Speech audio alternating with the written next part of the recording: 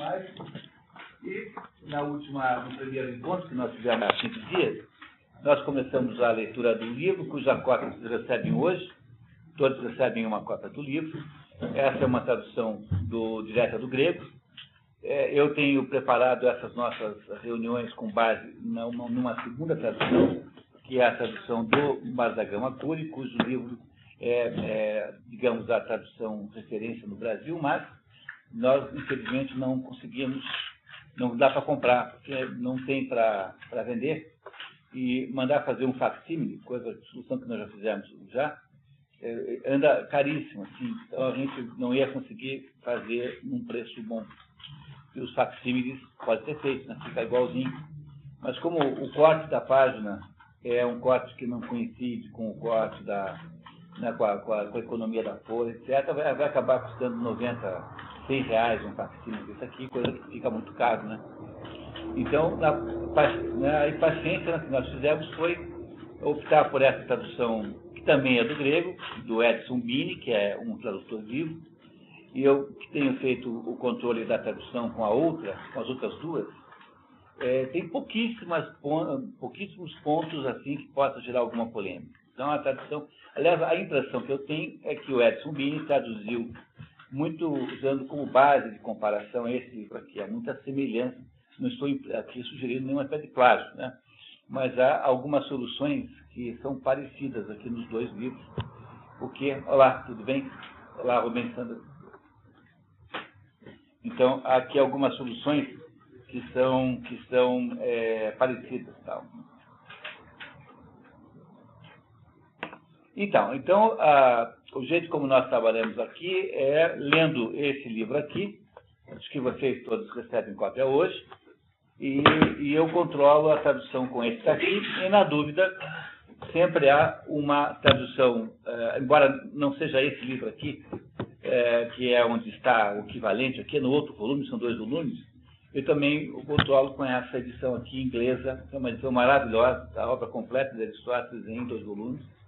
Se o seu inglês é mais ou menos bom, e se você quiser comprar um livro para ler o resto da vida, é esse aqui, tradução do Ross, que é um inglês no século XIX ainda, mas de qualidade extraordinária, maravilhosa, que é sempre o voto de Minerva, né? Quer dizer, quando empatou com os outros dois, eu desempato no Ross. Que aí também, né? Tá bom, né? A gente faz três avaliações, tá bom. Mas não tem pouquíssima situação em que preciso fazer aí um desempate mais solene, porque a tradução que vocês estão recebendo aí é uma tradução muito boa. Então, a ideia a metodologia do grupo de leitura, como esse aqui, existem outros 7 grupos de leitura, outros 6 ainda grupos de leitura acontecendo ao mesmo tempo, em várias cidades do Brasil, né? E que todos mais ou menos da mesma fórmula, com o mesmo jeito de fazer, em que a gente fundamentalmente lê a obra, uma determinada obra, e debate essa obra aqui entre nós. Além dessa atividade de grupos de leitura, também há uma atividade que eu faço de expedições pelo mundo da cultura, que é patrocinada no Paraná pelo SESI, e vocês também aí recebem, se não tem, a Patrícia tem aí os folhetos do programa Expedições pelo Mundo da Cultura, que acontece em 4 cidades, em São Paulo, Curitiba, Paranavaí e Londrina, que é um outro jeito de fazer, e vocês aí podem pegar depois o folheto com a Patrícia, caso queiram. Muito bem, então, feito isso, podemos começar? Que tal? O que vocês acham? Vocês leram até a outra vez numa fotocópia, né? E não sei se vocês marcaram ali, mas a minha impressão é que nós estamos, então, no item 3, começando no item 3, é isso? Na página 39. Ô, Gaeton, tudo bem? Todo mundo localizou? Então, para aqueles que estão vindo pela primeira vez hoje, né, que é a Anne que está aqui, que trabalha na Volvo, né? Quer falar um pouquinho de você, não? Me chamando do jeito que quando eu morava fora, me chamavam de Anne. Mas hoje, eu até tenho uns colegas que me conhecem como Rosiane, né? Eu trabalho na Volvo, no departamento jurídico. Já conheci os dois numa palestra no evento da 14 de julho, Consulado da França. Consulado da França. E fiquei bastante interessada. Muito bem. Então tá certo. Então, a mãe da Anne é florianopolitana e é uma cronista da vida de Florianópolis. Né? É uma mão cheia lá que conta as histórias de Florianópolis. Né? Bom, mas então, mais sobretudo para a Anne, né? Porque a pessoa que só a Anne não estava aí na última vez. Então, o Aristóteles escreveu uma obra de natureza moral, que ele chama de natureza prática. Então, Aristóteles diz que há quatro tipos de obra. A primeira tipo de obra é a obra instrumental. A obra instrumental é uma obra que serve para entender as outras. Então, essa obra instrumental de Aristóteles é aquilo que nós chamamos o órgão, que é aquilo que se chamou, ele não chamou assim, mas órgão em grego significa instrumento. É aquele conjunto de obras que servem para instrumentalizar o pensamento, né, na prática. Aristóteles é o inventor da lógica. Quando você faz um silogismo, qualquer silogismo, se os cachorros têm quatro patas, Rex é um cachorro, portanto Rex tem quatro patas, qualquer coisa assim, esse silogismo foi inventado, essa metodologia foi inventada por Aristóteles. Então é impressionantemente grande, tá? É muito grande a quantidade de instrumentos lógicos que nós usamos inconscientemente no mundo moderno, todos eles de autoria de Aristóteles. Então, Aristóteles tem essa obra no âmbito lógico, que é aí o órgão. Há uma obra que ele diz, né? O segundo tipo de obra é a obra especulativa, ou seja, a obra teórica, aquela em que você procura saber as coisas apenas por saber, e que é o que se chamaria de ciência propriamente dita. Né? Porque a ciência tem uma autonomia muito grande sobre as outras coisas. Veja, é só modernamente que se acredita que a ciência possa estar vinculada à tecnologia. Isso nunca foi assim. Durante toda a história da humanidade, a tecnologia sempre foi desvinculada da ciência. Tanto é que os romanos faziam vinho e não tinham a menor ideia que fosse fermentação. Então, ninguém esperou para descobrir a fermentação para fazer cerveja de vinho. E a tecnologia sempre esteve desvinculada da ciência. O terceiro tipo de obra, na visão de Aristóteles, é a obra prática, que é a obra moral, ou seja, aquela que ensina você a agir sobre a vida, a se portar no mundo, é a parte mais concreta da filosofia. É a filosofia prática, que o Aristóteles chama assim, mas que nós chamamos de filosofia moral, basicamente. E o quarto tipo de obra é a obra técnica, aquela que permite que você aprenda a fazer alguma coisa. Um livro de jardinagem, por exemplo, que ensina a cuidar lá das magnólias e tal. Então, é um livro prático de que Aristóteles não escreveu nenhum. Aristóteles só não escreveu livros nesse ramo. Ele escreveu livros instrumentais, escreveu o órgão, inventou a lógica, escreveu obras especulativas. A maior parte da obra de Aristóteles são obras que procuram descobrir como as coisas são, então são obras de natureza científica. Aristóteles é, sobretudo, um autor científico, um biólogo. Se você for pegar as obras de Aristóteles, as que sobraram, 80% é sobre biologia. São descrições de animais, de plantas, como é que funciona, como é que as plantas crescem, como é que não crescem. Então, ele é o pai de todas as ciências. Ele inventou a botânica, inventou a zoologia, inventou a biologia, inventou a medicina. Não, porque a medicina já era alguma coisa que ele trouxe de família. Ele era descendente de um médico, no tempo que a medicina era uma arte de natureza iniciática, que apenas os filhos dos médicos recebiam. Né? Ele era portanto, o pai dele, ele morreu muito cedo, né? O pai morreu cedo, ele nunca foi um médico na prática, mas ele, de certa maneira, tinha o prestígio de ser filho de um. Mas ele não contribuiu com a medicina, mas contribuiu com o quê? Com a biologia, entendendo como é que funcionam determinados aspectos da vida, né, da biológica, etc.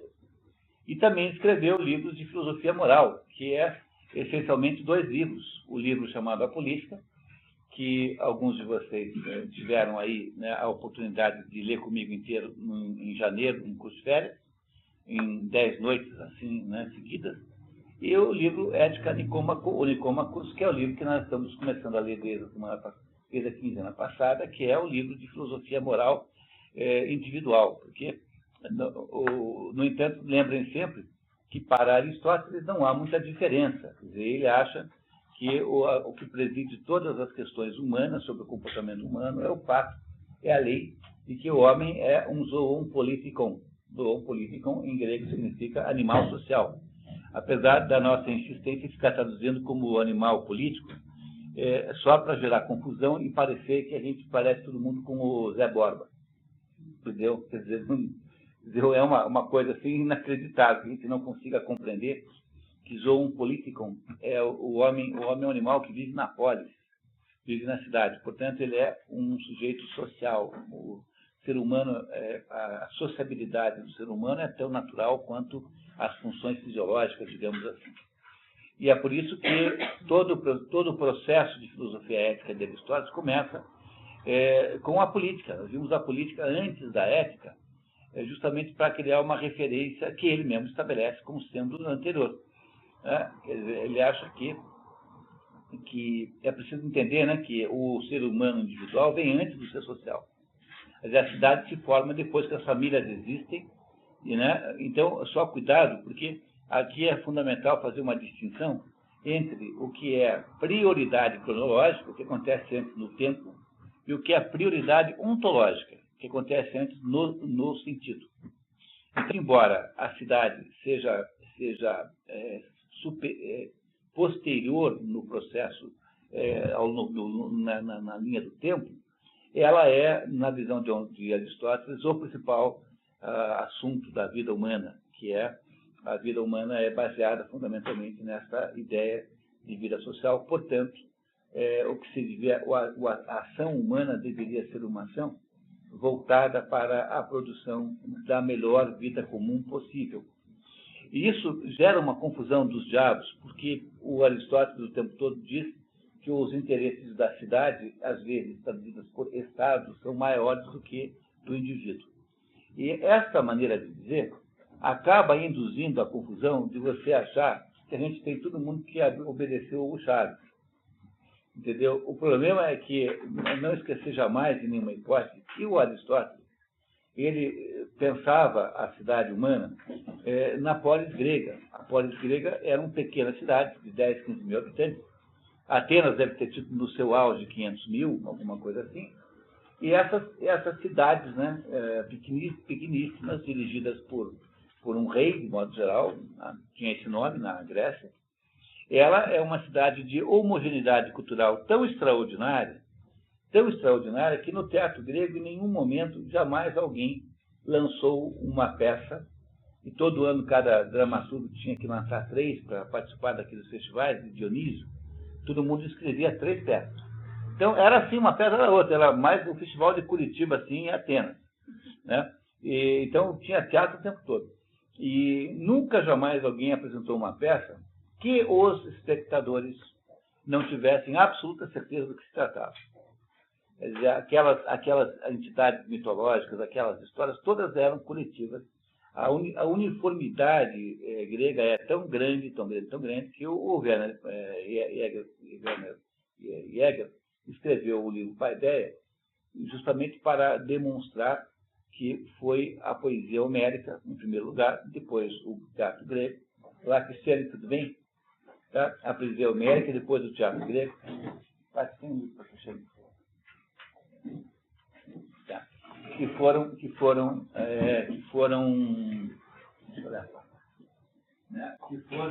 esses aí, que foram os responsáveis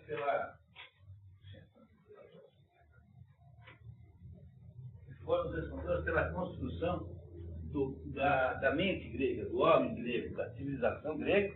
E quando a gente fala civilização grega, estamos falando de metade do mundo moderno. Porque o mundo europeu, dentro do qual mais ou menos nós estamos inseridos, né, nós somos assim europeus com um pouco de Guarânia. Né? Mas no fundo, nós não parecemos com outras culturas. Então, metade da civilização ocidental é cristã e a outra metade é grega. Então, se você fosse buscar na origem do mundo ocidental o seu DNA, né, fizesse a pesquisa de DNA do mundo ocidental, você encontraria aí mistura de Grécia com cristianismo. Porque é isso que nós somos. Né?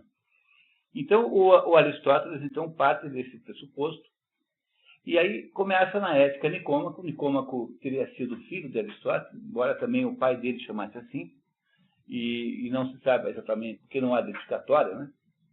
Então acha-se que a Ética Nicômaco foi feita por filho. O filho, então, como recomendações para a vida prática. E o Aristóteles começou a debater o assunto conosco aqui na semana passada, na quinzena passada, da seguinte maneira, né? Perguntando, afinal de contas, né, o que qual é o... Primeiro ele começa decretando axiomaticamente, ou seja, partindo de um pressuposto que ele não quer negociar nem debater, que é a ideia de que o ser humano, sempre quando faz alguma coisa, faz visando algum bem. Essa é uma proposição axiomática, quer dizer, é uma afirmação que o Aristóteles acha que se autodemonstra. Não é preciso criar uma justificativa em torno disso. Dizer, ele não faz isso apenas nesse caso, ele faz várias afirmações axiomáticas o tempo todo, entre elas a própria defesa da existência de Deus, que ele nunca chama Deus assim, que ele chama de motor primeiro, porque não é possível que a gente vá até o infinito para buscar quem foi o primeiro que produziu alguma moda, tem que parar em alguém. Então é uma conclusão, para Aristóteles, a existência de Deus é uma conclusão lógica. Então ele parte do pressuposto de que, primeiro, tudo que se faz na vida se faz com visão a um bem. Mesmo quando tem um sujeito maluco que faz uma coisa má. Mesmo nesse caso, continua valendo a ideia de que o ser humano produz sempre as suas ações visando um determinado bem. Até porque você sempre pode achar que o sujeito mau fez uma coisa má porque achou que era boa para ele. Né? Não é isso? Quer dizer, até por causa disso. E aí, então, se a gente procura algum bem, então tem que saber, afinal de contas, que bem é esse que nós estamos procurando. Então, já que o bem é o objetivo da vida humana, então que bem é esse? Porque aí começam as polêmicas sobre o que pode ser bem. E aí ele já nos ajudou no último encontro a diferenciar os bens intermediários dos finais, mostrando que há bens que são intermediários e há bens que são finais. Então, você, quando compra uma passagem de avião, você não compra uma passagem de avião para andar de avião? De modo geral, não, né? Claro, poderia ser o caso, se fosse assim um avião muito especial, andar de F-15, sei lá o quê. Mas, de modo geral, você compra a passagem de avião porque você quer ir para um outro lugar que não aquele onde você está. Então, no fundo, a passagem de avião não é o bem final, mas é apenas um bem intermediário com o qual você resolve o problema de encontrar a namorada, encontrar os parentes e fazer um curso, enfim, o que for. Tá? Coisas na prática que as pessoas fazem quando viajam. Então, o que acontece aí é que os bens finais são mais importantes do que os bens intermediários, e é isso que é mais ou menos por aí que nós paramos quando paramos aqui a leitura no nosso último encontro, que é isso que estamos aí, né? Estamos aí, portanto, na página 39, não é? Em que o Aristóteles, então, agora vai começar a debater melhor esses conceitos todos aí, e vai nos ajudar a entender, então, o que é que ele considera seja, afinal de contas, o objeto da vida humana. Porque, afinal, o que ele está procurando fazer é nos dizer como é que nós deveríamos orientar a nossa existência. Queria também que vocês lembrassem sempre, nunca esquecessem, que Aristóteles morreu em 322 a.C. Vocês receberam aí uma cronologia da vida de Aristóteles, nós não pudemos lê-la aqui, porque não íamos gastar muito tempo para isso. Aqueles que não estiveram no último encontro, basta pegar com a Patrícia o material do último encontro, tá? Então vocês pegam com a Patrícia ali, sem problemas. Mas aí na cronologia ficou claro que Aristóteles é um autor pré-cristão, portanto não se pode, tem que se levar isso em conta, porque faz uma enorme diferença, né? A religião grega não se parece com o que nós chamamos de religião no sentido judaico-cristão islâmico. A religião judaica-cristã islâmica, que no fundo é a mesma religião, porque tem a mesma base abraâmica, são as únicas religiões que nós podemos chamar assim, stricto sensu, quer dizer, do ponto de vista rigoroso. São um fenômeno muito posterior ao fenômeno aristotélico. Então, Aristóteles não está não está falando, quando ele se refere a assuntos religiosos, ele não está raciocinando como um cristão raciocina, nem como um judeu raciocina, nem como um muçulmano raciocina. Os deuses não são entidades criadoras dos homens, eles são expressões analógicas, eles são alegorias com as quais nós, humanos, sintetizamos determinadas características humanas. E é por isso que os deuses gregos são, assim, de modo geral, vivem assim numa vida muito esculhambada, meio como nós. Né? O mundo olímpico é um mundo que você, né, proibido para menores de 18 anos. Né? Então, por exemplo, eu faço lá em São Paulo um grupo de leitura com jovens carentes lá da periferia de São Paulo, em que nós estamos lendo a vida de Hércules. E o problema maior era achar um livro que desse para discutir com crianças de 14, 15 anos, porque a vida de Hércules, dependendo da fonte que você pega, é uma escabrosíssima. Mas isso é um problema, entendeu? Quer dizer, aí você tem os deuses refletem os humanos e não o contrário. Não é isso? É exatamente o contrário. Então, e também reflete tanto o bem quanto o mal.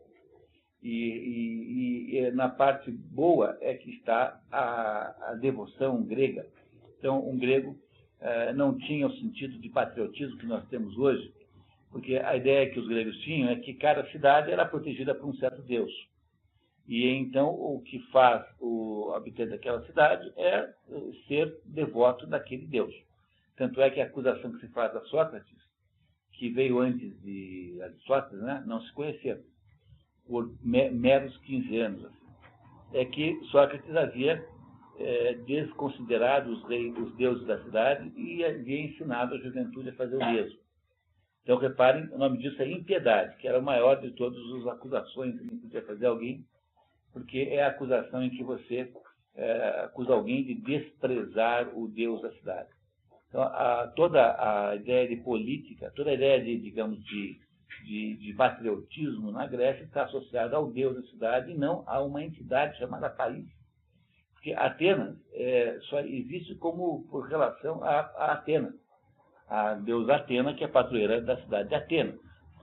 E assim por diante. Então, esses 12 deuses mais importantes, há 12 deuses mais importantes, eles mais ou menos controlam o imaginário. Há muitos e muitos deuses, mas há 12 assim, que são centrais. Esses 12 controlam o imaginário grego naquela época. Nós vamos, então, portanto, exigir do pobre Aristóteles que tenha conceitos cristãos. Além disso, é uma coisa natural que haja certa dificuldade de compreender Aristóteles às vezes, não por causa dele em si, mas primeiro porque a obra foi muito mal cuidada durante esse tempo todo em que ela demorou para chegar aqui nas nossas mãos, e certamente há erros de transcrição, erros de cópia, há pedaços que foram ruídos por ratos. A obra ficou 150 anos na adega de um fulano chamado Corisco, escondida lá. Imagino que isso representa, né, como deterioração das coisas. E, além do mais, não esqueçam que Aristóteles iniciou quase tudo que a gente considera hoje em dia ramo do conhecimento. Então, é claro que em muitos dos casos ele apenas começou a arranhar. Então, quando vocês tiverem assim, vontade de fazer como fazem os cientistas modernos, que é olhar assim com desdém para as histórias, assim, não, mas nós sabemos mais de matemática do que ele. Mas é óbvio que sabe. Né? É sempre lembrar que o sujeito que fez o primeiro carro fez também o pior carro de todos. O pior automóvel que existiu foi o primeiro. Por exemplo, qualquer automóvel desses aí de 1 litro anda mais do que um Aero Iris, um JK, um Cinca Chambord na década de 60. Tem mais velocidade do que um carro daqueles que eram, assim, digamos, os melhores carros que havia aqui e tal. Então, isso é uma coisa natural, né? Então, não exigir que Aristóteles tenha resolvido todos os problemas, ele apenas foi uma espécie de luz extraordinária, uma luz que produziu, parece que temos mais um livro, tá? Uma luz da luz. Tá? Temos uma luz que produziu, né, uma produção de uma luz no mundo extraordinária. Então, o que eu preciso falar agora é nos ajudar a entender melhor, filosoficamente, os conceitos, né, os conceitos que estão aqui implícitos aqui nessa história. Vamos lá então, pessoal? Então tá chegando agora a Roseli, a Carmen, para completar o nosso grupo. Tá certo. Então, o número 3. Quem gostaria de começar a ler? Voluntário para ler o item 3. Sandra, pode ler então. Nossa discussão dessa ciência se mostrará adequada se atingir o grau de precisão pertinente ao tema. Não é de esperar uma idêntica exatidão de forma indiscriminada em todas as questões da filosofia, assim como em todos os produtos das artes e ofícios. Ele está começando a dizer o seguinte, que ele vai discutir o tema, mas discutir um tema faz-se com um grau de precisão variável. É mais ou menos assim, quando você pega um pistão de um motor à explosão, a esfericidade daquilo é extremamente alta, quer dizer, a tolerância a uma esfericidade imperfeita é mínima. Porque aquilo tem um atrito imenso, né, com os anéis, né, por meio dos anéis. Então, você não pode fazer uma coisa que seja imperfeita. Mas quando você pega a construção civil, uma vez alguém me falou que a tolerância da construção civil é 5 centímetros. Você faz uma parede, ela pode ter 5 centímetros a mais ou a menos. 5 centímetros é uma enormidade, né? Pensa bem o que é isso aqui. 5 centímetros para você fazer uma parede é muita diferença. O arquiteto me disse que em construção civil não se achava muito estranho quando você erra por 5 centímetros. Então aí você vê a diferença que há de precisão, necessidade de precisão numa coisa e na outra. É isso que ele está contando para nós aqui. Os assuntos estudados pela ciência política são nobres e justos, mas essas concepções envolvem muita diversidade de opinião e incerteza, de modo a se acreditar por vezes que não passam de meras convenções a serem desprovidas de efetiva existência na natureza das coisas. O engraçado é que os outros dois tradutores preferiram falar assim: os nobres e justos assuntos estudados pela ciência política. Há uma pequena diferença, tá? Que aqui ele preferiu substantivar o nobre e o justo como sendo o assunto, enquanto os outros dois acham que que nobre e justo são qualificações dos assuntos da política. Não tem muita importância na prática se você vai para um lado ou pelo outro, mas é uma das poucas divergências de tradução entre o Ross e o Mário da Gama Curi. Uma semelhante incerteza cerca a concepção do bem, porque ocorre a miúde de coisas boas sem efeitos nocivos. Não é de hoje que as pessoas são arruinadas pela riqueza. Em muitos casos, vidas humanas têm sido ceifadas pela coragem. Então, ele está dizendo que o que é bom, o que é ruim, é um negócio difícil de saber, porque às vezes a riqueza é a razão da sua desgraça e às vezes a coragem também. Né? O sujeito é corajoso demais, às vezes morre por causa disso. Então, essas coisas também podem ter, o bem pode estar presente ou não. Ele está, no fundo, analisando. Olá, Carmen. Passamos de 2 vídeos. A Carmen para conseguir, por favor.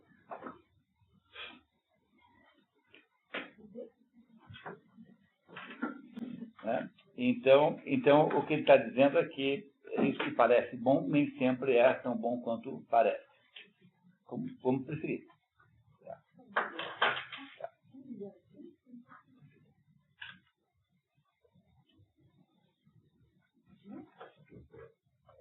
Aí, continuamos, Sandra, por favor. Deveremos, portanto, nos contentar se, ao lidar com esses assuntos a partir de premissas assim certas, conseguimos apresentar, grosso modo, um delineamento da verdade. Olha, conseguimos apresentar, grosso modo, um delineamento da verdade. Aqui, reparem que o autor aqui conseguiu não cometer um erro comum.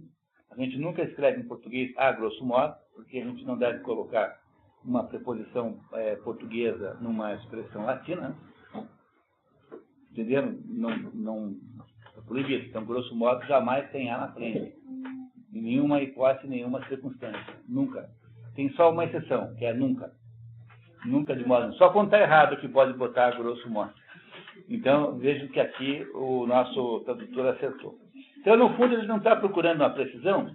Isso é uma coisa interessante vindo de Aristóteles, né? Porque Aristóteles era um cientista. E na hora que Aristóteles está nos dizendo que uma certa a aproximação da verdade já é bom, isso é um sinal muito grande de que a gente deve na vida ter uma certa modéstia, assim, uma certa humildade, de não imaginar que tudo pode ser feito com precisão absoluta, que todos os conhecimentos são acessíveis.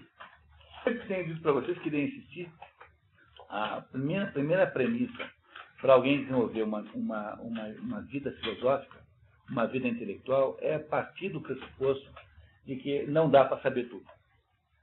E que existem determinadas coisas que são mistérios insondáveis. E que nós não saberemos nem mesmo no juízo final. Porque se soubéssemos todas as coisas, nós seríamos iguais a Deus. Como isso não é possível, seria uma autocontradição, porque facilmente a gente se comprova que nós não somos Deus, né? Então, não podemos conhecer tudo. E haverá sempre para o ser humano áreas de mistério insondável, insolúvel, grandes abismos de coisas desconhecidas que nunca seremos capazes de saber. E essa é a pressuposição número 1 para quem pretende ter uma vida intelectual. Porque se você não tem essa pressuposição, o que acontece é que você vira um desses pernósticos acadêmicos que tem lá um modelinho qualquer, marxista, psicoanalítico, sei lá o que for, e que ficam pegando todo mundo e fazendo caber naquilo. Pô, entendeu? Então, tudo que acontece no mundo, né? Por que o Destaque errou a rua? Ah, certamente tem alguma coisa a ver com a mãe dele. Entendeu? Alguma coisa tem ali e tal. Essa atitude, assim, é uma atitude muito anticientífica, muito antifilosófica. Em última análise, portanto, é bom nós termos uma certa modéstia com isso. Considerando que nossos objetos de estudo e nossas premissas não passam de generalidade, será suficiente para aportarmos a conclusões de validade geral.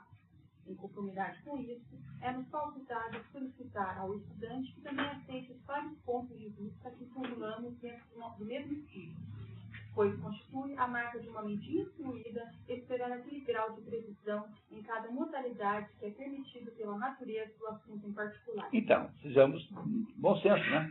Não esperar precisão demasiada onde ela não é possível. Reparem que ele fala de estudantes. Esse livro aqui é um dos tais estudos acromáticos. Vocês sabem, há dois tipos de livro do Aristóteles. Há os livros, digamos, exotéricos com X, que foram feitos para serem divulgados ao público em geral, e esses livros sumiram, desapareceram. Eles sobrou só o Convite à Filosofia, que no Brasil, aliás, já foi traduzido, e eu acho que não tem mais nada. E a Constituição de Atenas, só.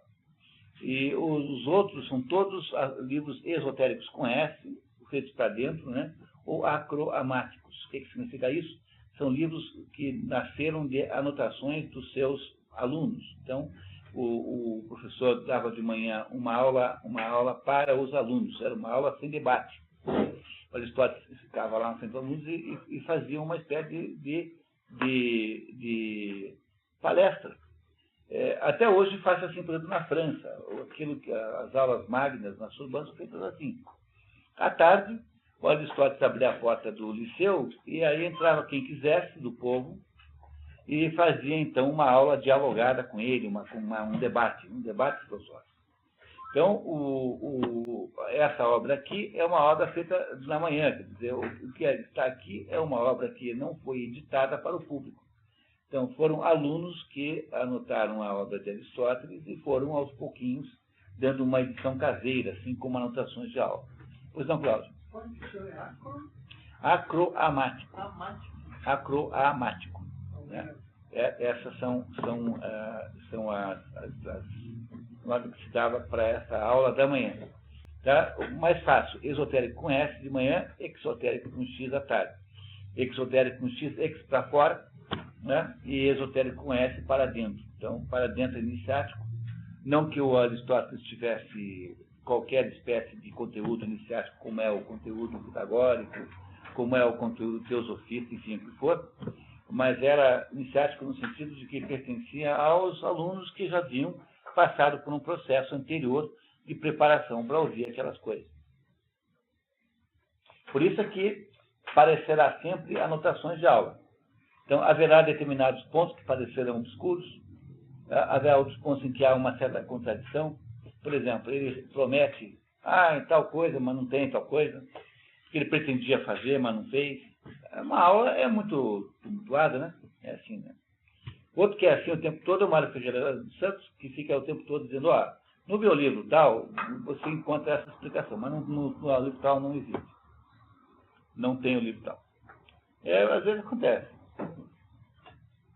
É igualmente implausível aplicar conclusões meramente prováveis de um matemático e exigir demonstrações rigorosas de um orador. Um grau de precisão e ambos é diferente, né? Todo indivíduo julga corretamente os assuntos com os quais está familiarizado e conhece, sendo deles não. Para que possa, portanto, julgar um assunto particular, é preciso que o indivíduo tenha sido instruído neste assunto. Para ser um bom juiz, em geral, é necessário que tenha recebido uma educação completa. Consequentemente, os jovens não são aptos para o estudo da política, que carecem de experiência de vida e de conduta, que é o que supre as primícias da matéria de estudo deste ramo da filosofia. Aí, isso não vale só para assuntos de política, mas para um grego, ninguém tem direito a debater as ideias antes dos 30 anos. Homem, né? Homem. Porque aqui não se considerava as mulheres que estavam fora do raciocínio. Se fossem as mulheres que fossem consideradas, também seriam consideradas em idade mais baixa do que os homens. Né? Há uns 20 anos, mais ou menos. 20, assim. Acho que um homem de 30 equivale a uma mulher de 10, assim, maturidade. Por aí. Porque os gregos, o problema do jovem é que o jovem é uma pessoa na idade jovem, está excessivamente subordinada à vida emocional.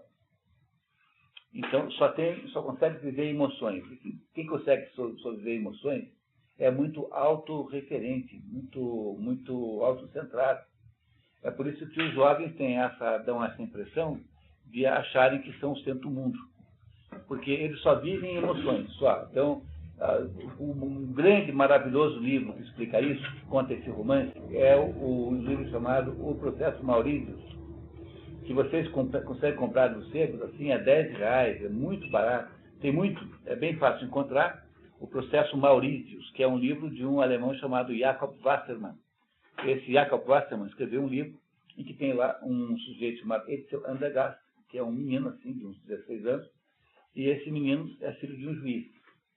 E o pai dele é um juiz, um juiz maduro, e ele descobre que o juiz cometeu um erro judiciário contra um sujeito chamado Maurícios. Não que ele tivesse nada contra o outro, simplesmente não considerou lá certas provas, coisas que acontecem, e acabou o outro lá no preso, o Maurícios. O Etzel Andergast fica horrorizado com aquilo, e ele então resolve tirar limpo a história.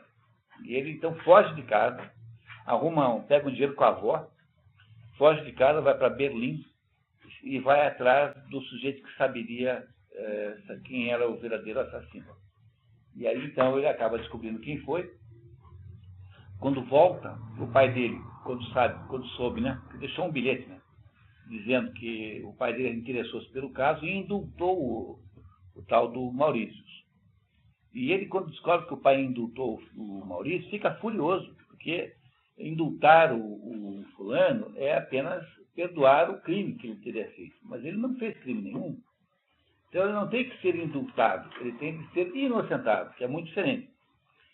E aí, então, o livro todo conta a história de uma personalidade juvenil que tem uma obsessão por uma justiça puramente emocional.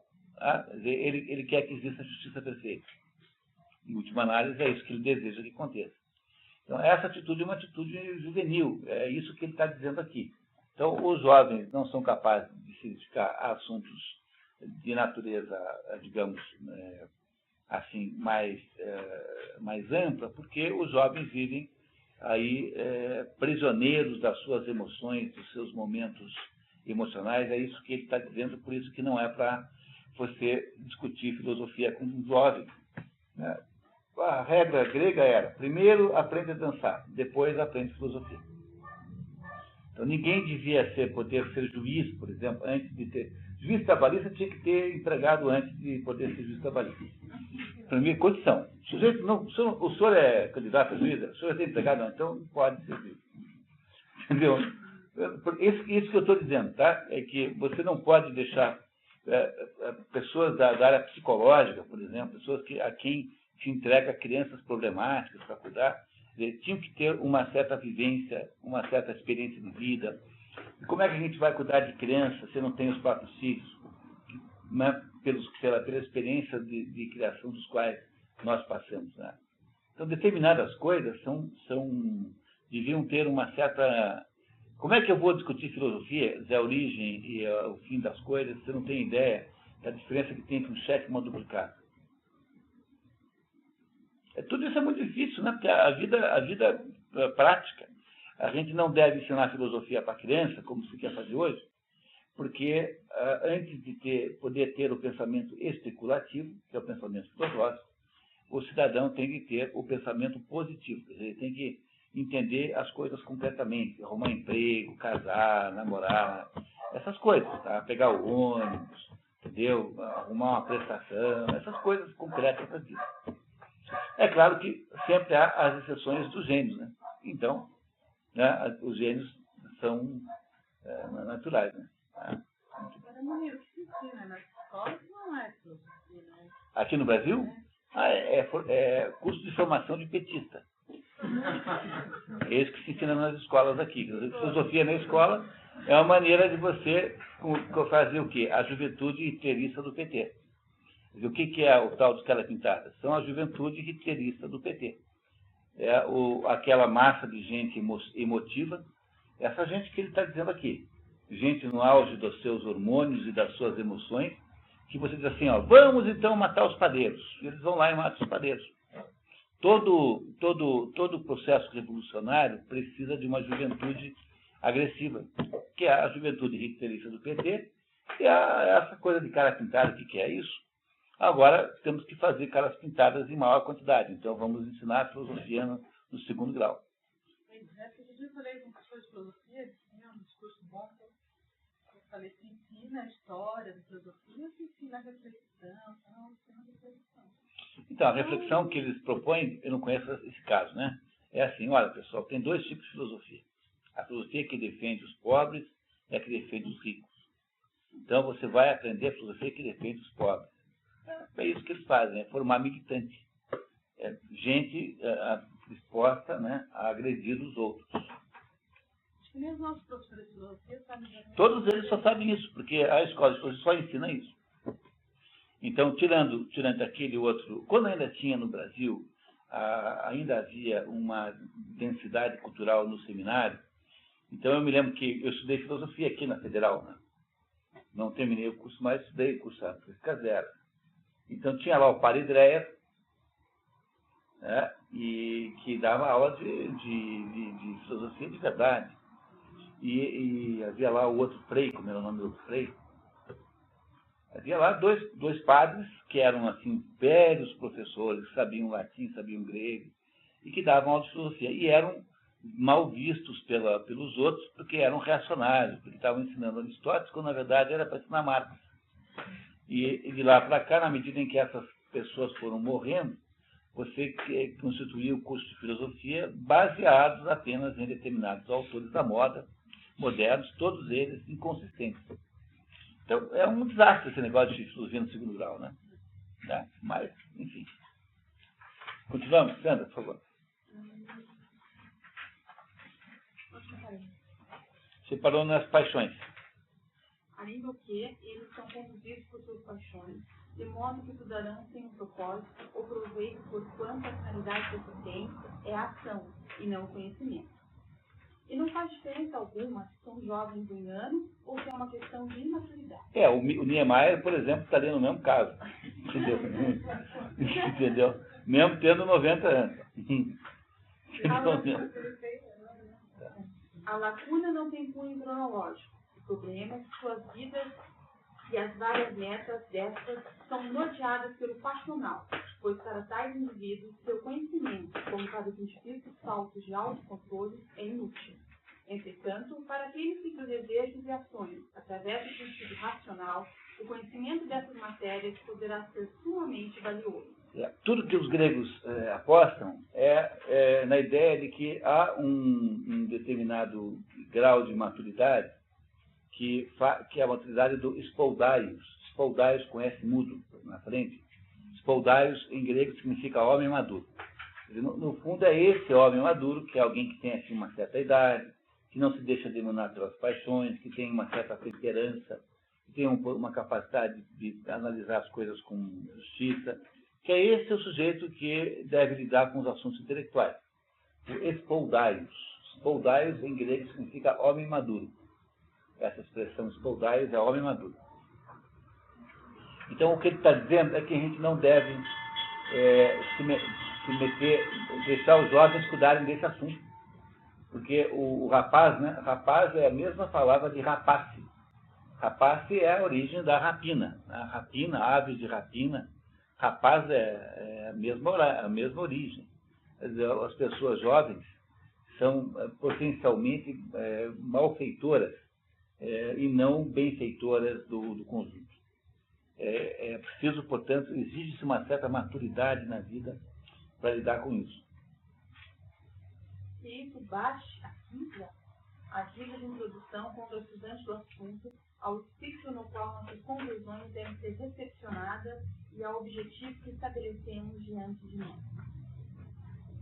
Retomando, digamos, que posto que toda ação de conhecer e toda intenção deliberada são dirigidas à concepção de algum bem... Lembra, isso é o axioma, tá? Isso, ele não provou, ele apenas parte do pressuposto que isso é verdade. Um axioma é uma verdade que se autocomprova. Não é isso? Por exemplo, A igual a A.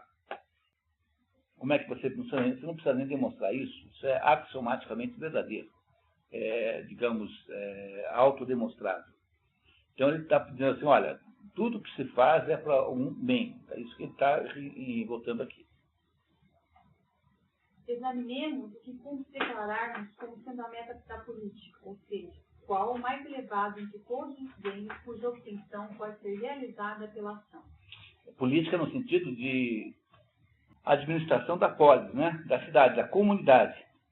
Lembrando sempre que ele não está falando do Brasil, está falando lá daquela cidadezinha grega com 10 mil pessoas que têm o mesmo imaginário, né? Que pensam igual, que têm a mesma formação mental. Verbalmente, é-nos possível quase afirmar que a maioria esmagadora da espécie humana está de acordo no que tange a isso, pois tanto a multidão quanto as pessoas refinadas a eles se referem como a felicidade e identificam o viver bem ou o dar-se bem como ser feliz. Quer ler a nota, por favor, senhor, embaixo? Eudaimonia. Um daqueles termos... Felicidade é a tradução de eudaimonia. Tá? Eu é bonito e daimos é espírito. Né? Então, o demônio vem dessa palavra. No sentido grego, o demônio não tem o sentido satânico que tem hoje, moderno. Tanto é que o Sócrates sempre dizia que toda vez que ele ia tomar determinada decisão, uma voz falava com ele que era o demônio familiar. Que é, no fundo, uma analogia para falar em consciência moral, né? Mas o demônio não é, para um grego, uma coisa má. Então, o demônio é um espírito bom. Isso demônio é uma espécie de espírito, mas demônio é uma palavra difícil de traduzir, porque ela tem uma porção de conotações simultâneas, assim. Então, ela é felicidade? Mas é felicidade no sentido não exatamente igual ao que nós chamamos de felicidade. Então, é uma das dificuldades de tradução aqui, de compreensão desse livro, é essa palavrinha eudaimonia, que é uma palavrinha de difícil tradução, porque é muito ampla. Né? Muito ampla. Eudaimonia, um daqueles termos gregos de difícil tradução, porque o conceito é mais abrangente do que o nosso. Eudaimonia engloba também as ideias correlatas de bem-estar e prosperidade. Importante ressaltar que para Aristóteles não se trata de um estado passivo de sentimento, mas de uma forma de atividade. Mas o que consiste a felicidade é uma matéria polêmica, e se entende por ela, a multidão não corresponde ao entendimento do sábio e sua variação. Então, se todo mundo concorda que, digamos, o objetivo maior de todos é a felicidade, não há nenhuma concordância sobre o que seja isso. Então, o que é felicidade? Tá? Então, é isso que ele vai agora tentar nos levar a entender. O que ele está fazendo aqui é, tipicamente, a abordagem filosófica. A abordagem filosófica é a abordagem que permite que você discuta qualquer assunto, mesmo assuntos que você não entende. Porque, como ela é uma abordagem de prospecção, né, geológica, ela vai abrindo as palavras e vai entrando em contato com elas, né, vai tentando encontrar, e ela tem um poder assim de conseguir conversar inteligentemente sobre as coisas. Então, esse é o método filosófico que Aristóteles criou e que vai ser mais ou menos o método da filosofia a partir daí. Porque os três filósofos gregos criaram as três metodologias básicas filosóficas. Sócrates cria a dialética, que é a ideia da contraposição crítica, né, de dizer o contrário para ver se funciona. Platão cria a ideia da hierarquia dos conceitos, que os conceitos estão hierarquizados. E Aristóteles cria a ideia da análise, ou seja, da quebrar o assunto em pedaços para ver o que tem lá dentro. Esses três aí, se vocês repararem bem, são as três metodologias para as quais você estuda. Então, se você quiser aprender a estudar, você tem que aprender um pouquinho dessas três metodologias. Eu estou preparando um curso, talvez eu deva fazer aqui, chamado Iniciação à Vida Intelectual. É um curso de aprender técnicas de estudo de verdade, né? Estudar de verdade, né? Não fazer essa coisa aí de natureza formal que a escola faz. Esse final de semana eu descobri bem qual é a diferença que tem entre o ensino e a educação. É a mesma diferença que tem entre a polícia e o detetive particular. A polícia tem a obrigação, mas quem tem a competência para descobrir o autor do crime é o detetive particular. Então, o problema de quem quer estudar alguma coisa é escapar da polícia, escapar do sistema de ensino e arrumar o verdadeiro educador. Porque esse é o sujeito que ensina você de verdade. O verdadeiro educação é outra história. Se você quer aprender filosofia, então, em vez de ficar fazendo curso de filosofia, leia o Aristóteles inteiro, faça um investimento de 2, 3 anos na sua vida. Aí você vai saber o que é filosofia. Então, a educação não coincide com o ensino, apesar de que, de vez em quando, coincide, porque sempre tem um sujeito bom no sistema de ensino, e como o professor é, na prática, incontrolável, porque não há força nesse mundo que possa interferir na aula que o professor dá, de vez em quando você topa com alguém que ensina alguma coisa de verdade. Mas, de modo geral, o principal defeito, o principal engano pelo qual nós acabamos não compreendendo o fracasso da educação no Brasil, é que nós pressupomos que o sistema de ensino é capaz de fazer isso.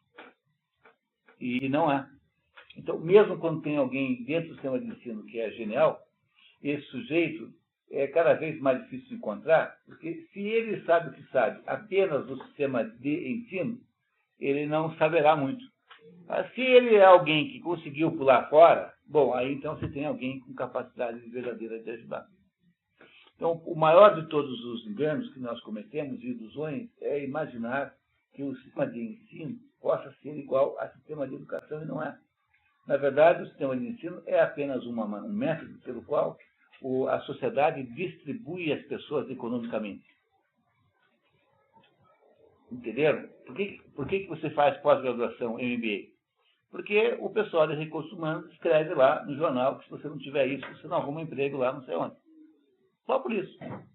Ninguém está querendo fazer MBA de verdade. É uma amolação desgraçada, ter que ir lá aguentar uma aulinha toda noite. Por que o sujeito tem que ter o segundo grau? Porque a diaba da mulher de recursos humanos escreve no jornal que para poder ser assessorista, você tem que ter segundo grau. Embora não precise, né? Mas por que ela faz isso? Porque no Brasil tem 180 mil habitantes e uma economia que é 5% americana. Então, quando você põe uma nota assim, faxineiro, aparece 12 mil candidatos. Então, como você não vai fazer 12 mil provas, analisar 12 mil currículos, você faz o quê? Você inventa um monte de obstáculos para o pessoal ir tropeçando, batendo o nariz no caminho, para sobrarem só uns 500 lá no fundo, daí você vai dar o trabalho. Mas essa é a verdade pura, nua e crua. Mas eu tenho participado de algumas reuniões assim, da empresa, né?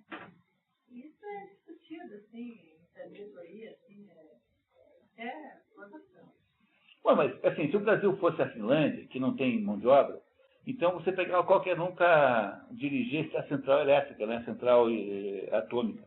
Mas o problema aqui é que tem 180 milhões de habitantes e uma economia ridícula, né, que consegue pagar $100 de mínimo. Por que tem semana? Porque não tem, não tem trabalho. Então, essa é a razão pela qual a gente não entende nada de educação. Porque a gente não compreendeu ainda que esse negócio chamado sistema de ensino não é um sistema de educação, é um sistema de posicionamento social. É uma maneira de distribuir o pessoal em volta do frango. Quem está mais perto, mais longe. É só isso. É por isso que não tem nenhum paradoxo de que paga um mau professor. Mas óbvio, porque para fazer mesmo essa farsa, por que você vai querer pagar bem professor? É o negócio mais incrível do mundo. 25% do orçamento público. Nós pegamos as crianças 8 anos da sua vida e colocamos pelo menos 5 horas por dia numa sala. É a profissão que tem mais gente. Se você pegar, o Paraná tem 55 mil professores ligados ao Estado. Curitiba tem 20 e poucos mil professores. Soma todo mundo, dá mais de 100 mil pessoas numa profissão só. E no final das contas, todo mundo é burro? Não tem alguma coisa errada nisso? Ou então tem, não está errado, está certo. A gente não percebeu ainda que não era sobre educação o assunto. Entendeu? O assunto não é educação, o assunto é outra coisa. É um sistema de distribuição social, só isso. E é por isso que é muito improvável você conseguir uma verdadeira educação no sistema de ensino. Então, não tenha muita esperança em doutorados, mestrados, porque no fundo são um pouco ilusórios. Bom, mas voltamos ao Aristóteles. Vamos lá. As pessoas ordinárias a identificam com algum bem óbvio e visível, tais como o prazer, ou a riqueza, ou a honra, umas entendem uma coisa e outras algo diferente. Na verdade, com muita frequência, o mesmo indivíduo diz coisas diferentes em ocasiões diferentes. Quando fica doente, pensa ser a saúde e a felicidade. Quando é pobre, julga ser a riqueza e a felicidade. Em outras oportunidades, sentindo-se conscientes de sua própria ignorância, os indivíduos comuns admiram aqueles que propõem algo grandioso que ultrapassa a compreensão deles e tem sido sustentado por alguns pensadores. Pode ir embaixo, por favor. Isto é, Platão, perseguidores e sucessores, que além das muitas coisas boas que mencionamos, há um outro bem, que é bom em si mesmo, que se coloca em relação a todos aqueles bens como a causa de serem bons. Então aqui, esse trecho aqui é interessantíssimo, porque o Platão foi professor de Aristóteles. Aristóteles ficou 20 anos no liceu, na academia platônica. Quando Platão estava muito mal, à morte, ele passou a academia de direção para o Espeusipo, que era sobrinho dele. E esse Espeusipo é um sujeito medíocre. Como é a vida do Hércules, né, daquele outro programa que eu estou fazendo lá em São Paulo, também é assim, porque o Hércules é filho de Zeus, com a Alcmene, que é uma moça muito bonita. Como a Hera, mulher de Hércules, não ficou muito enciumada, porque, afinal de contas, o sujeito só pensava em pular cerca o dia inteiro, o Zeus só faz isso, né? Então, essa Alcmene resolveu fazer um truque para sabotar o Hércules. O Hércules é um sujeito que nasce sabotado pela mulher de Zeus, que não tem nada a ver com ele, a Hera. E basicamente é assim, o Zeus chega, quando estava assim para nascer o menino, Hércules, num jantar, ele toma um pouco de vinho, aí levanta e faz uma bravata no seguinte: queria comunicar a todos aqui que o próximo filho, o próximo criança da linhagem de Perseu, porque o pai humano de Hércules era descendente de Perseu. O pai humano, né? O primeiro criança que nascer aqui vai ser a criança mais poderosa do mundo e irá me suceder. Era o Hércules. Só que aí a Hera, curiosa ouvindo aquela conversa, porque ela não sabia desse filho, né? Ela logo percebeu que era filho do marido, porque ela conhecia o marido que tinha, né? Aí ela com a Hade, que é a deusa da discórdia, chega do lado da confusão e fala assim: como é que nós fazemos? Cochicham as duas? E aí então o que faz a confusão? Ela vai lá e consegue segurar o nascimento do Hércules e acelerar o nascimento de uma outra criança, que também era da linhagem de Perseu, sem que o Hércules percebesse, sem que os Zeus percebessem. De modo que, na prática, quem nasceu foi o outro, e não ele. E o outro ficou, então, com todo esse poder. E aí, então, eu disse para as crianças, né, para aqueles adolescentes: mas o que significa isso? Porque essas histórias aqui são para explicar a nossa vida, né? E a nossa vida significa o seguinte, que às vezes na vida, o sujeito que recebe o poder e a capacidade de fazer não é o que devia, não é o melhor. Às vezes você está condenado a ser dirigido por alguém que é menos inteligente, menos capaz que você. Se vocês não tiverem essa experiência na vida, é porque vocês são muito distraídos. Não é possível uma coisa dessa. Entendeu? Tá? Porque todo mundo passou pela experiência de ter aquele chefe absolutamente incompreensível. Como é que se escolheu um sujeito daquele na cima de você? Não tem essa experiência aqui. No meu escritório, quando eu tinha uma opção de gente lá, todo mundo achava isso, meu receio. Por exemplo, assim. Bom, quer dizer, é natural, portanto, na vida, é um acontecimento humano comum, que de vez em quando você não recebe o cara. É aquela coisa, né, que se fala, né? Que Deus dá a nós a quem não tem dentes. Né? Essa ideia de que Deus dá a nós a quem não tem dentes é essa ideia aqui. O sujeito que recebeu o poder todo não tem os elementos capazes de fazer, né, de fazer o negócio funcionar. Como é que era o nome do sobrinho de educação? Euspésipo. Esse nome? Euspésipo. Com o nome dele? Mas ele ficou com a Academia de Platão. O Aristóteles era 300 milhões de vezes melhor filósofo. Euspésipo. Mas por que não deixou os Aristóteles? Brigaram? Porque o Aristóteles e o Platão tinham abordagens completamente opostas. Porque o Aristóteles era um... É isso que eu ia explicar em seguida, tá? Então, eu estou explicando em seguida assim. Quer dizer, é assim, o Platão e o Aristóteles eram, digamos, chefe, professor e discípulo. Mas o Platão é um pitagórico. Quer dizer, o Platão é um sujeito que, depois que morreu Sócrates, andou passando uma temporada enorme naquelas comunidades neopitagóricas que estavam se formando na Itália, que já tinha se perdido o pitagorismo anterior. E o Platão, então, adquiriu dos pitagóricos essa ideia de que existem coisas que são coisas abstratas e que essas coisas são as verdadeiras coisas. No fundo, é o princípio, digamos assim, do cristianismo, da religião. São a ideia de que existem determinados níveis de realidade que são abstratos e são eles que existem de fato. E o que nós temos aqui são aí meras imitações do que tem aqui embaixo. Foi essa ideia que está por trás do que o Platão inventou, que é a ideia de que existe um mundo de ideias e de formas ideais. Quer dizer, a ideia de que o que nós chamamos de branco, por exemplo, cor branca, não existe de verdade. Que a cor branca que existe a verdade que existe é a cor branca que é o branco ideal, que fica no mundo inacessível. E o que nós fazemos aqui é tentar, por essas tentativas todas dão errado, de fazer coisas brancas, mas todos os brancos são diferentes. Do mesmo modo que cachorro mesmo só tem um, que é o cachorro ideal, que é o modelo de cachorro, o protótipo de cachorro. E os cachorros todos que tem aqui embaixo são todos tentativas de fazer uma imitação desse cachorro real. Mas esses cachorros reais nunca são perfeitos como o cachorro ideal.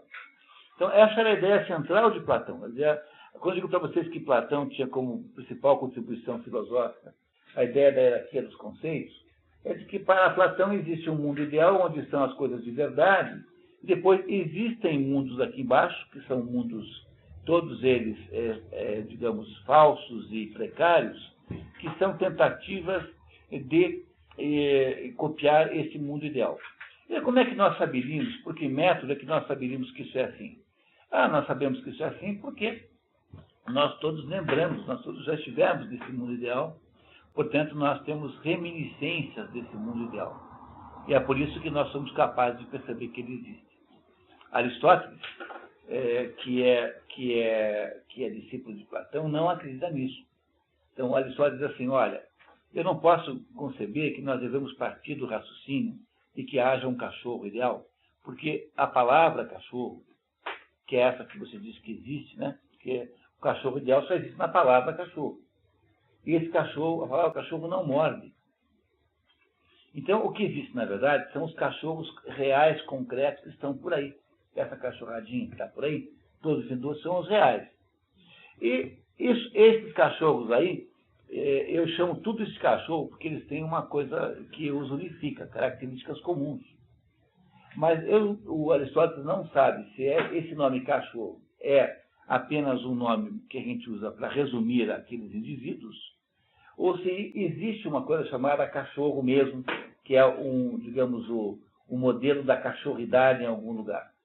Pois essa dúvida entre se cachorro é apenas um resumo, ou se cachorro é de fato uma entidade que está em algum lugar, pois essa dúvida é o assunto número 1 da filosofia até a Idade Média. Chama-se a polêmica dos universais. E esse assunto, por favor, não o subestimem, é bem difícil de resolver, porque há muitos pontos de vista válidos nessa história. Então, a dúvida é, no fundo, sempre que a gente tem a tentação de tomar a posição nessa briga entre a postura platônica e a postura aristotélica, nós estamos errando, porque a tentativa de tomar uma decisão, de tomar um partido, é uma tentativa associada à insuportabilidade da tensão do contraditório.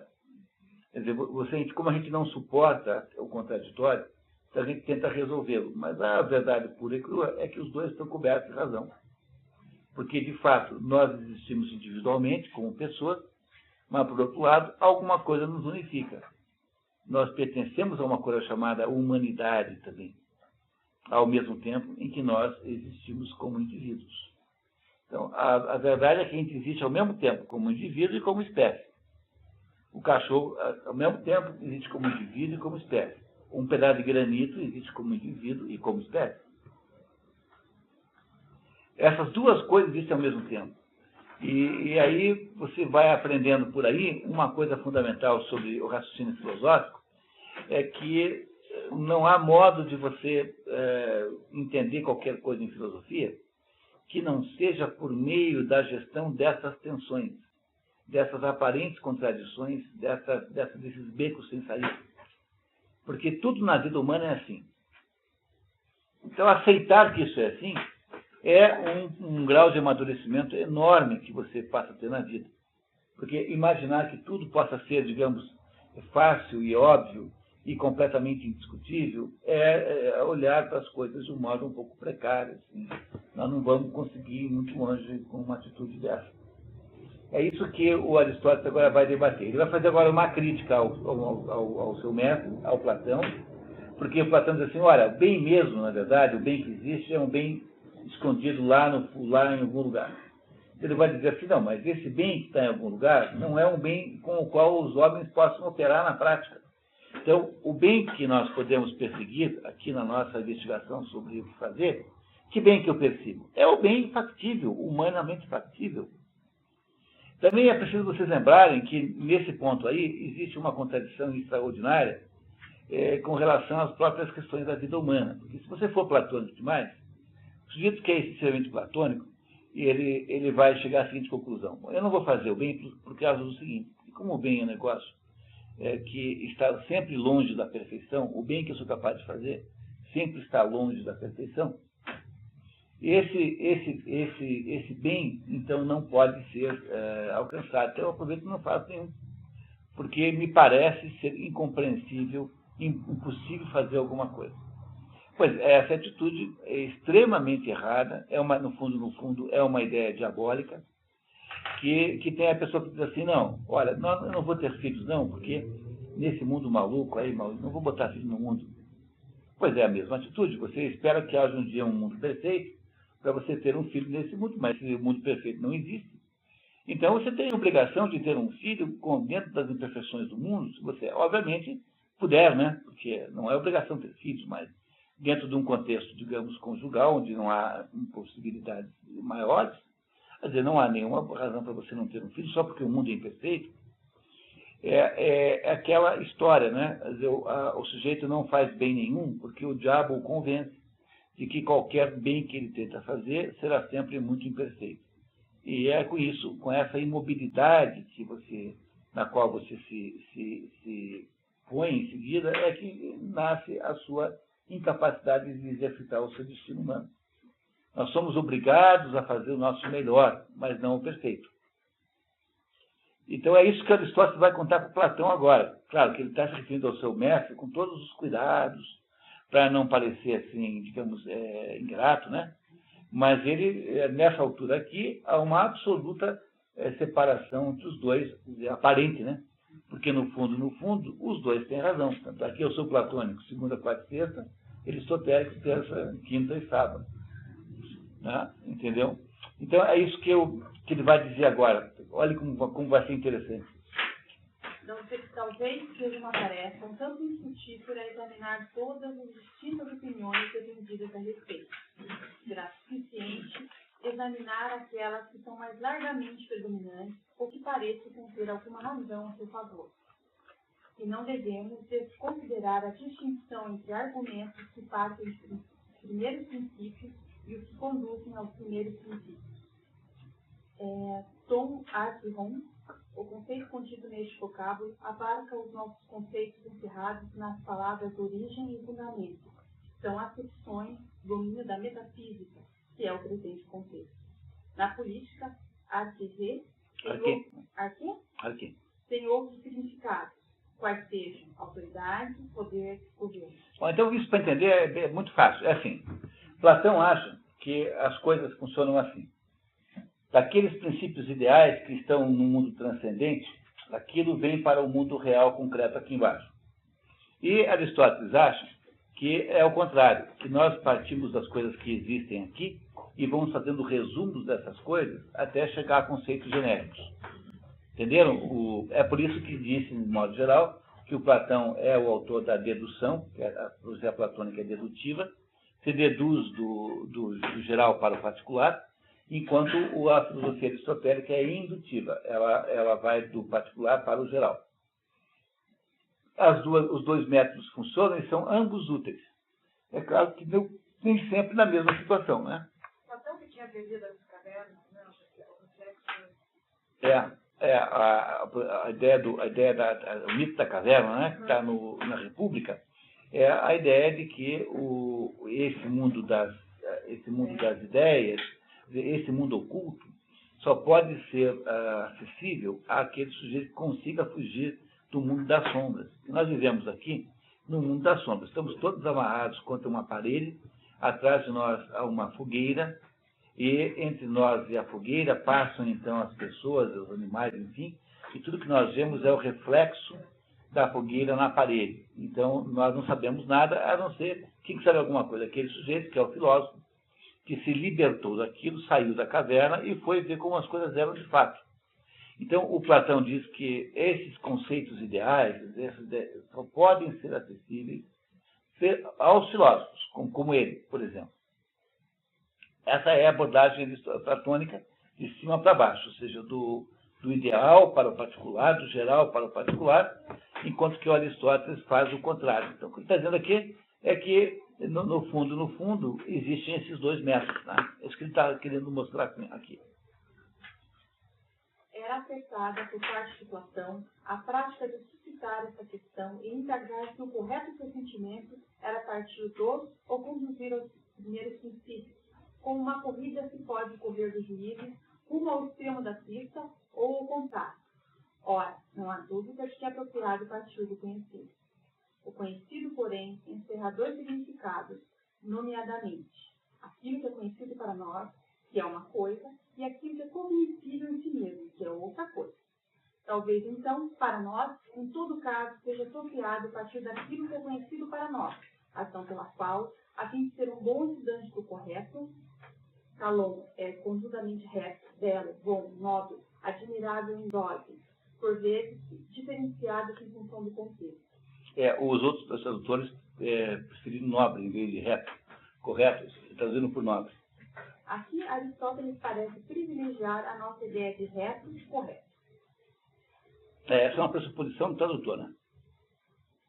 Talvez, então, para nós, em todo caso, seja apropriado partir daquilo que é conhecido para nós, razão pelo qual, a fim de ser um bom estudante do correto e do justo, e, em suma, dos tópicos da política em geral, o estudante se veja forçado a ter sido treinado nessas práticas visto que o ponto de partida, ou o primeiro princípio, é o fato de uma coisa assim ser, uma vez que seja isso claro ao estudante, não haverá para ele a necessidade adicional de saber por que é assim. Ele está defendendo a sua própria filosofia, quer dizer, partimos das coisas tais como elas estão ali concretas, e vamos raciocinar a partir delas, e não fazer como Platão quer, o contrário. Então, em vez de nós inventarmos alguma coisa abstrata, vamos partir das coisas concretas reais que estão em torno de nós. É isso que ele está propondo. Aí ficou bem clara a divergência metodológica entre as duas filosofias, que não é uma divergência conflituosa no sentido de que é uma ou outra, mas as duas situações, as duas maneiras de pensar estão corretas. E no fundo, é que todo mundo faz isso mesmo. Eu parto de um abstrato, digamos, coletivo, e vou olhar os indivíduos que geraram aquele discurso platônico, né? Agora, se eu sou aristotélico, eu parto dos indivíduos assim, reais, os transformo em categorias cada vez mais genéricas, até que eu imagino que possa existir uma categoria abstrata. No fundo, as duas metodologias funcionam. Tanto faz se eu faço a corrida nessa direção da pista ou nessa direção da pista. Não é? Só que ele acha que é melhor para a gente partir do real concreto, que é o método Aristóteles, e não do abstrato, que fica mais fácil trabalhar assim. É o que ele está nos ensinando aqui. No indivíduo que recebeu boa educação, já está ciente dos primeiros princípios ou pode obtê-los com facilidade. Quando o indivíduo tanto se reconhece, quando não pode aprendê-los, que ousa as palavras que existem. Melhor é aquele que tudo sabe por si, bom aquele que ouve os sábios. Mas aquele que, sem saber ele próprio, não aprende, a sabedoria de outrem é de fato um homem inútil. Não aprende a sabedoria de outrem é de fato um homem inútil. Então, isso estaria em Os Trabalhos dos Dias, que são, o Hesíodo tem só 2 livros aí conhecidos, sendo que há um terceiro que se tem dúvida. Mas mesmo o Trabalho dos Dias é duvidoso, também há dúvida. Mas há um livro do Hesíodo chamado Teogonia, que conta como é que nasceram os deuses, que está no programa desse ano das expedições pelo mundo da cultura. Está nesse programa aqui, a Teogonia. E esse Trabalho dos Dias é um livro diferente, é um livro que fala da vida concreta lá dos primeiros gregos. Então, está aqui dizendo Hesíodo que você pode não saber, mas se você não saber, não tiver a humildade de aprender com quem sabe, então você é, de fato, incapaz de qualquer atividade intelectual. É o que ele está dizendo aqui. Ele está falando assim, olha, então vamos aprender comigo. No fundo, é isso que ele está nos dizendo.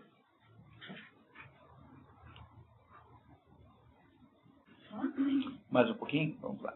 Mas continuemos a partir do ponto de nossa digressão. A julgar pelas vidas dos seres humanos, as concepções mais ou menos dotadas de racionalidade do bem ou da felicidade que parece predominar entre eles são as que se seguem. Por um lado, os homens em geral, os mais vulgares, identificam o bem com o prazer e, em conformidade com isso, se satisfazem com a vida do gozo, pois há 3 tipos de vidas que particularmente se destacam. Ideia já presente no pensamento pitagórico. Aquela que acabou de ser indicada, que é do gozo, a vida da política, e, em terceiro lugar, a vida da especulação. Especulação aqui é no sentido de reflexão intelectual, né? Então, reparem que o que ele está falando aí, o que ele está descrevendo, são as 3 castas superiores.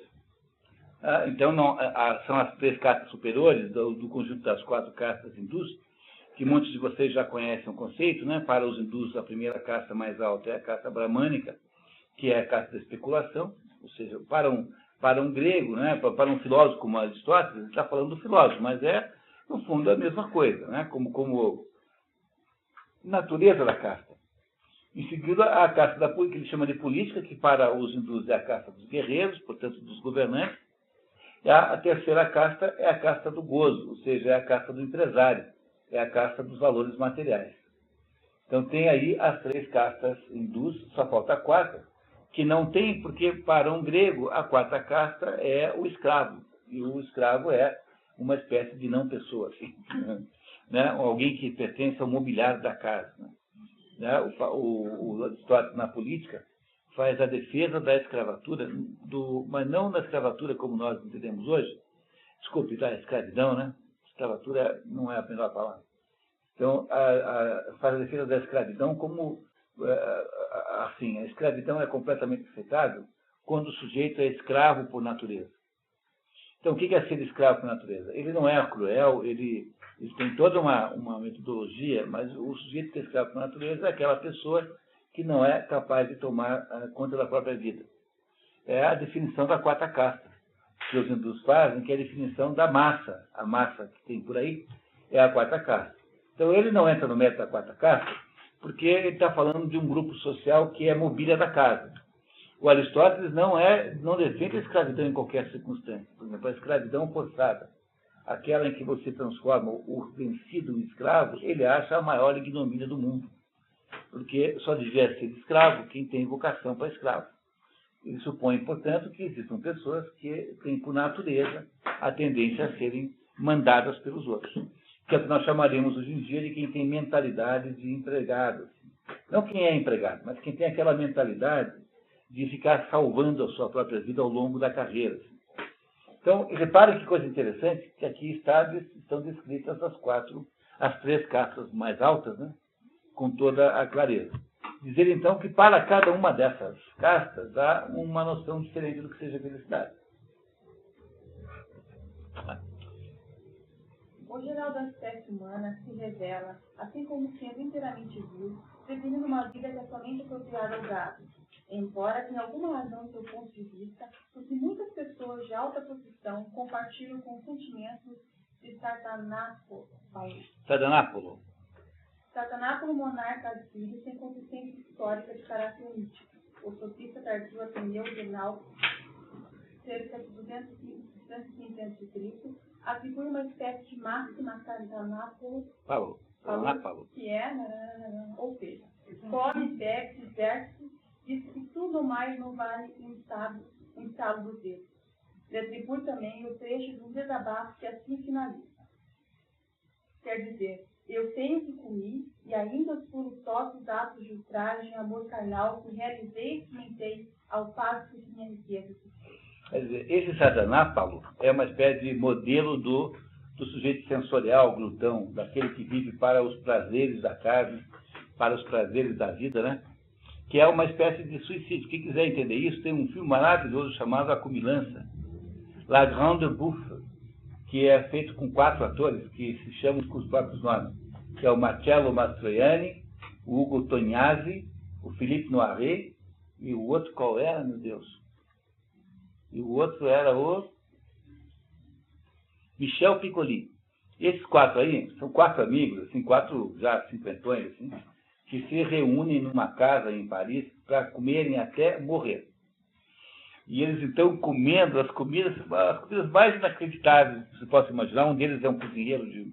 Esse filme vale a pena ver. É um filme maravilhoso, maravilhoso. Né? Chama-se A Comilança. Vocês encontram nas locadoras Cult aí. A Vídeo 1 tem ali da Praça da Espanha. Deve ter nessas locadoras melhorzinhas aí. Chama-se A Comilança. E faz a ligação clara nessa ideia, né? Aí tem uma professora ali que cuida de uns alunos que foi lá visitar a casa, porque dentro da casa tinha lá uma árvore que era histórica, que alguém tinha feito uma poesia embaixo dela, e aí achou ótima aquela ideia, ela também se associou ao grupo. Os professores ficaram os 5, então, numa orgia inacreditável de comida, de comilança, tentando comer até morrer. Então, ele está dizendo que a maior parte das pessoas humanas tem essa visão de vida, que é a visão das castas baixas. Essa é a visão. Quando você analisa lá o Abraham Maslow, a Andréa, que está aqui, fez um trabalho maravilhoso no curso de especialização dela, mostrando que a teoria do Abraham Maslow é para essa gente, basicamente, que está aí nessa casta, nesse grupo. E não é uma descrição da condição humana, não é uma descrição da natureza humana, mas é uma descrição até imperfeita, mas com alguma verossimilhança, de como se comporta a maioria das pessoas, que aqui ele chama de gado. Agora, é engraçado que tanto os outros 2 tradutores chamaram de animais, e não de gado. Não deixa de estar errado, gado, porque, afinal, está usando aqui uma figura de linguagem. Mas ele está dizendo que o primeiro tipo de gente que tem no mundo, as pessoas mais básicas, digamos assim, são aquelas que se comportam como esse tirano aqui, assírio, que achava assim que você só leva da vida aquilo que você se divertiu. Portanto, vamos pedir mais uma rodada de chopp. Né? antes que eu esqueça, né? Então, muito bem. Pessoas refinadas, por outro lado, tanto quanto homens de ação, pensam que o bem é a honra, pois pode-se dizer ser essa a finalidade da vida da política. Os outros tradutores estão chamando de pessoas mais qualificadas e não de refinadas. Acho que é melhor falar em mais qualificado, né? Me parece mais adequado. Mas a honra, afinal, se figura demasiado superficial para ser o bem pelo qual buscarmos, uma vez que parece ela depender mais daqueles que a conferem do que daquele ao que é conferido. Então, a honra, né? Então, está dizendo, olha, a maioria só pensa em prazer, mas aqueles que acham que a honra é, na verdade, a felicidade, deviam levar que a honra é conferida pelos outros, não por você mesmo. E se você for pensar bem, né? Quer dizer, pensa bem, né? O ocupante, por exemplo, do cargo público de alto padrão, por exemplo, os ministros. Dá para imaginar gente mais furreca e mais vira-lata do que essa? O Manteiga não sabe fazer conta. Né? Para começar por aí, né? Quer dizer, o nível ministerial é de uma baixaria, de um nível baixo, humano, intelectual, filosófico, de dar medo. Portanto, ser ministro não é mais uma coisa que se diga assim, não, se foi ministro, porque julgado entre os seus pares, ele tinha mais competência que os outros. Você é ministro porque o partido deve um favor ao outro partido, então é esse aí que escolheram porque é o sujeito que tinha mais chantagem, tinha mais poder de chantagear, então, que honra há numa coisa dessa, né? Quer dizer, que honra há, afinal, que valor há numa coisa como essa? É o que ele está dizendo, que honra não é necessariamente felicidade, porque ela pode não ser bem atribuída. Aqui no caso do Brasil, né, o Anderson diz aqui que a depender mais daqueles que o conferem. Então, quem conferiu essa honra para aqueles ministros, acho que estão ainda pior ainda do que eles. Pois é, quer dizer, é aquela história do Groucho Marx, né? Eu jamais entraria para um clube que me aceitasse como sócio. Entendeu? Porque pode ter clube pior do que esse. Quer dizer, se o clube me aceitou como sócio, deve ter algum problema grave. Né? Entendeu? É essa história, quer dizer, você... Não é uma coisa mais ou menos assim. Ora, sentimos, por assim dizer, instintivamente que o bem deva ser algo próprio ao seu possuidor e difícil de ser dele suprimido. Ademais, o que motiva os homens a buscar a honra parece ser o assegurar a si mesmo seu próprio mérito.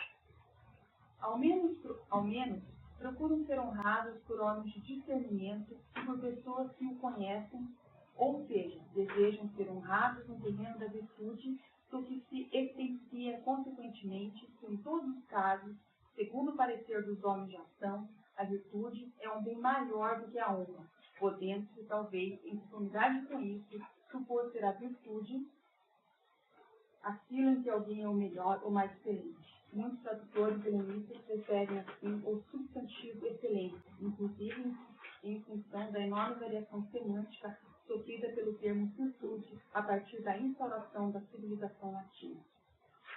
Em lugar da honra, a finalidade da vida política. Virtude em grego é arete, A-R-E-T-E. E essa palavra arete é uma das palavras mais difíceis de traduzir também, porque ela significa virtude, mas virtude num sentido extremamente diferente do que nós aqui entendemos, de modo geral. Virtude é a melhor tradução para isso, a excelência. Tá? A excelência. Então, você diz assim, olha, como a honra pode ser dada por alguém que não sabe o que é honra, e, portanto, você não será honrado por isso, então talvez seja a excelência, ou seja, aquilo que não depende dos outros, que depende só de você, que seja, de fato, o que gera a felicidade. Estão entendendo o que está fazendo? Ele está tentando fazer conosco um passeio para entender o que é a felicidade. Né? O que é, afinal de contas, felicidade. Eudaimonia. O que é isso? Né? Então, ele está tentando entender o que é essa palavra, porque ele está até agora defendendo que se nós fazemos tudo em função de algum fim, então que fim é esse? E parece que a felicidade, eudaimonia, seja o fim. Mas o que é isso? Tá? Então, ele está primeiro dizendo, olha, não são os prazeres. Mas também não são as honras, porque as honras vão e vêm. Você era ministro hoje, amanhã você está em desgraça, virou o Mares Guia, né? Virou não sei quem, você virou lá o Dirceu, como é que chamava o homem lá? Não? Não, estou falando do outro lado, aquele. Será um trocadilho com o nome dele, não lembro mais agora. Quer dizer, você vai do alto, vai do céu para o inferno em 2 minutos. Né?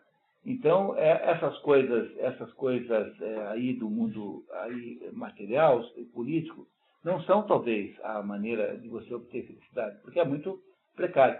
Então, talvez a felicidade seja alguma coisa mais associada à excelência da pessoa. É isso que ele está tentando ver se é. Vamos ver se ele consegue nos dizer mais alguma coisa sobre isso. Mas, mesmo a atitude submetida ao exame, se revela demasiadamente incompleta para ser evidente, uma vez que parece possível possuí-la durante o sono, ou durante a vida inteira, sem pôr em prática, e também ao homem virtuoso padecer as maiores misérias e infortúnios, sendo que ninguém consideraria que quem vivesse uma vida de miséria fosse feliz, a menos que existisse em pagar o preço da manutenção do coração. Mas é desnecessário investigarmos assim. Isso foi suficientemente abordado nas discussões ordinárias. As discussões originárias, onde foi abordado, são os tais dos livros esotéricos cultistas que não existem. Porque se perderam, não é? Entendeu? Se perderam. Não que ele tenha prometido em falso. Então está dizendo o seguinte, olha, mas a virtude também, será que gera felicidade? Quer dizer, o sujeito que é virtuoso, mas acontece com ele toda a desgraça do mundo, será que isso é felicidade? Dá para chamar uma pessoa assim de feliz? Então ele talvez está desconfiado que a arete também não seja também a fórmula da felicidade. É isso que ele está tentando debater conosco. Afinal de contas, o que é ser feliz?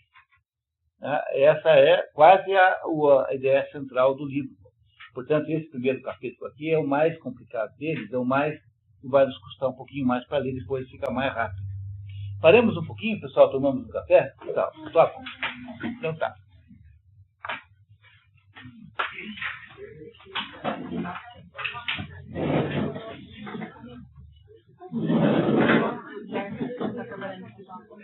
Isso. É de um jeito chamado Paulus alguma coisa. O nome dele? Sim, claro. Dá o título, então não dou. Também estava querendo.